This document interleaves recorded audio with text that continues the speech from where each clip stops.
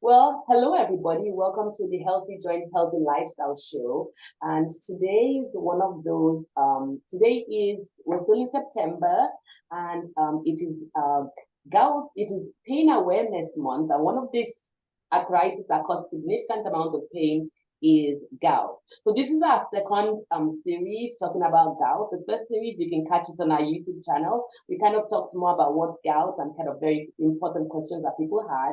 And this time people have asked a lot of questions about food. So my name is Dr. Arinola Dada.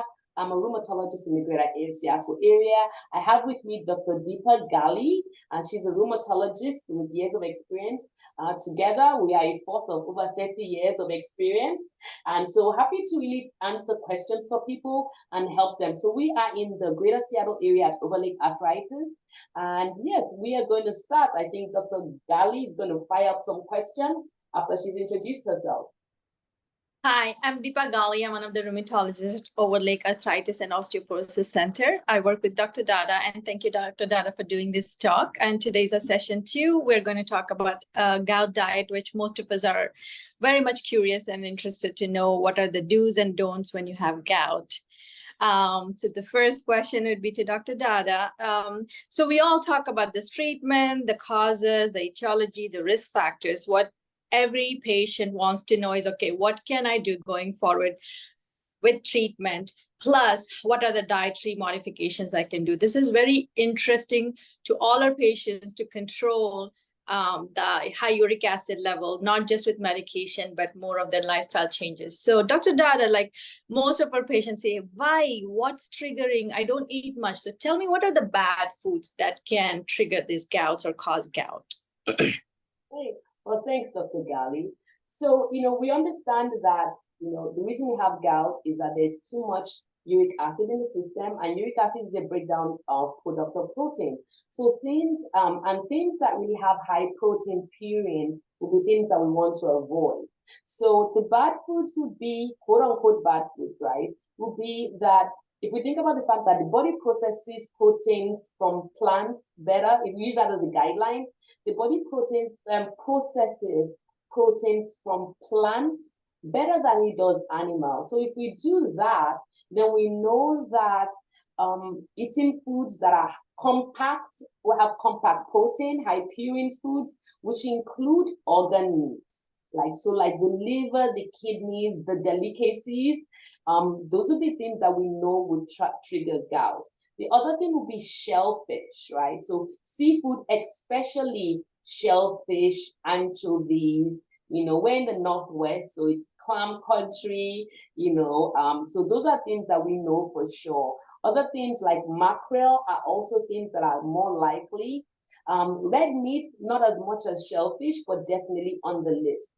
So I would say we want to limit them, right? And because that can significantly help to reduce uric acid production. There's some things in my book that I would say you absolutely want none of it. High fructose corn syrup. I think you can get away, live your life with 0 high fructose corn syrup. So those are beverages and foods that are sweetened with this, and they can really make gout symptoms worse. So we would want you to opt for natural, unsweetened products, because high fructose corn syrup, I would say that's number 1.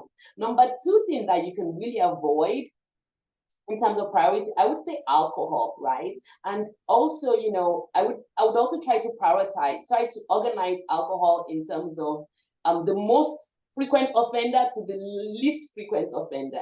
So the most frequent offender would be beer, and then spirits, and then wine. So in terms of the most likely to cause gout attacks would be beer. So beer, then less likely spirits, then less likely wine. Of course, if you can do without any of them, that's fine. But if you must socially drink, then I would kind of minimize wine intake. That would be what I would stick with, and I would try to do it very occasionally. And then processed foods and fast foods, a lot of that have just a lot of additives that you want to stay away from. And so just moderation is really the key, right? When it comes to trying to avoid animal proteins. And so people say when they Google what a patient told me, said, hey, my fiance likes to cook. What are the worst offenders? Then I would go from high fructose corn syrup would be number 1, minimizing beer would number 2, minimizing shellfish would be number 3, moderate consumption of things like chicken, and try to get most of your protein from plants. I think those would be kind of the way I would kind of structure kind of the worst foods. So foods to avoid, and that's kind of how I would kind of in my mind try to live, still have a good quality of life, but still try to avoid those big triggers. So those are the worst foods with gout. Okay. So Dr. Gali, it's your turn now. And so we would like to know, now that Dr. Dada has told us all the things that we can't eat, can you tell us what we can eat? Sure. Thank you for the information. This reminds me of a patient when I was talking about the don'ts. He's like, okay, you're telling me go to bed without any fun in life. So I think we lost you for a little bit. What did your patient say? Can you hear me now? I can hear you, yes. So when I was talking the first time, young patient diagnosed with gout, he was already half unhappy about the diagnosis. When I talked about all the don'ts, don't do this, he's like, okay, basically you're telling me drink water, go home, get some rest. Well, that's what I'm going to do. I said, like, I felt so bad that day. I'm like, no, there are a lot more things on the good side that you can do. Replace some of the things that you're doing, not that you just have to drink water. So there are certain good foods that we can incorporate into our diet on a daily basis, especially when we're suffering with gout, to avoid the further triggers with medication. So here are a few things I'm going to talk about those. First and foremost, like Dr. Dada said, it's high purine foods like organ meat. So we want to cut down on high purine. So what are the low purine foods? The low purine foods are usually plant-based vegetables, fruits, which are like any kind of colored berries are pretty good because they have anti-inflammatory properties and they can lower the inflammatory process during a gout attack. Then comes the citrus fruits, which are also having high vitamin C, which helps with anti-inflammatory properties, green leafy vegetables. Also, addition of whole grains like oats, brown rice, and quinoa have also shown to significantly improve the inflammation when you incorporate in your diet. These are some of the low purine food. And as Dr. Dada mentioned, plant-based protein is also a good supplement when you think that you're not getting more protein from the meat products. And moderation consumption of lean meat, white meat like chicken are also good source of protein, and they don't have as much purines as the red meat has. And then the next step is usually hydration. We like to concentrate more on being well hydrated just to make sure that the body can flush out the excess uric acid. So aim at least 8 to 10 glasses of water, which will help keep you hydrated. Especially when you have a gout attack, you want to consume more water so that the uric acid gets excreted out, and that helps. And my patients have told when they know that they're having a gout attack and they start hydrating them, the pain and the lasting of the gout attack is slowed down and it's shortened. I've had literally 2 patients tell me that. So that's good. And water means water, no sodas, no sugary drinks. So it's plain water. And then the next thing is low-fat dairy products like fat-free milk, low-fat yogurt, skim milk in your diet can also assist with lowering uric acid levels. And then we talked about lean meat. Now I'm talking about the plant-based complex carbohydrates. You want to more incorporate into the complex carbohydrates rather than simple, because simple or direct sugar levels increase and then they target the uric acid. So you want to do complex carbohydrates like whole grains, legumes, vegetables, which are not rich in purines.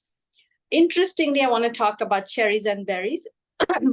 I think the cherries have a long history in gout, where a lot of patients say that when they had a gout attack, they went and drank cherry concentrate or they ate a lot of cherries. There is some data to it.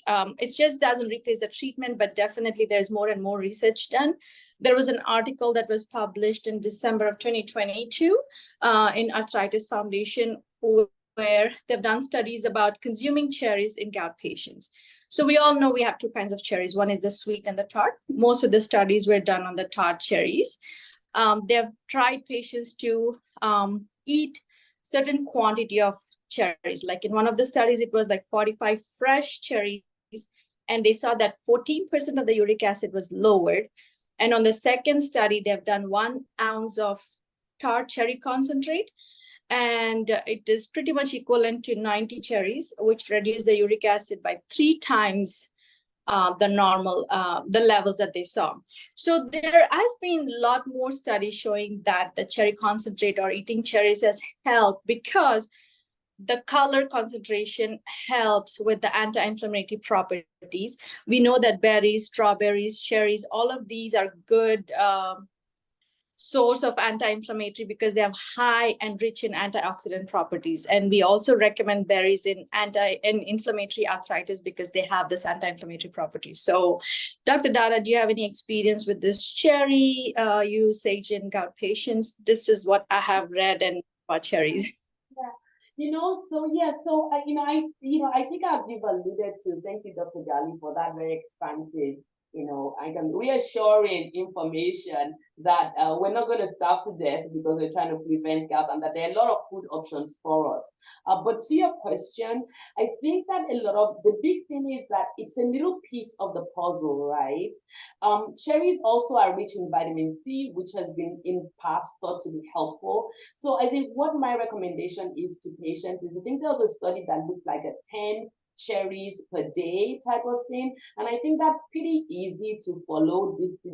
Definitely no side effects.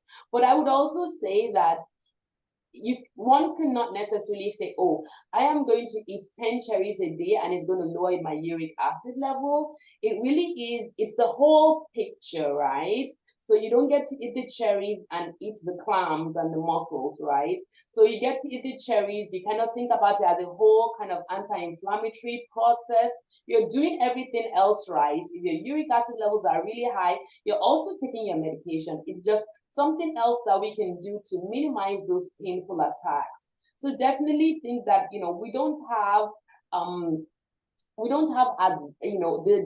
the recommendations are that if you do use cherries, that they're not going to be effective on their own, right? So it's going to be cherries plus what you and your doctor come up with, whether it's changing your diet, avoiding the high fructose corn syrup, and eating more of those flavorful green vegetables, complex carbs, and white meats in moderation that Dr. Gali talked about. So I think from my experience, it's helpful as an adjunct, right? It's not going to be instead or. You can have cherries, take your allopurinol, take the medications, but definitely it's kind of more as an overall part of the process of you trying to get your uric acid levels to where you want them to be. Yes, thank you. Thank you for the point. Yes, it's not a replacement, but an add-on benefit, which is what we need to learn. Not skip the medication, but take an add-on. Got it. Thank you. Okay. Well, hey, thank you, everybody. So, and then, we're having a series of rapid question and answer sessions. This is Dr. Gali and Dr. Dada. Between us, I think we have 30 plus years of experience, even though we don't look it. And so thank you for listening. If you think this video is helpful, please like it, share it. Follow us on Healthy Joints, Healthy Lifestyle. If you are in the greater Seattle area and you know anyone dealing with gout, rheumatoid arthritis, autoimmune conditions, Dr. Gali and I also have a team that are here and willing to help you. So follow us at overlakearthritis.com and we'll help you on your journey to a healthier you.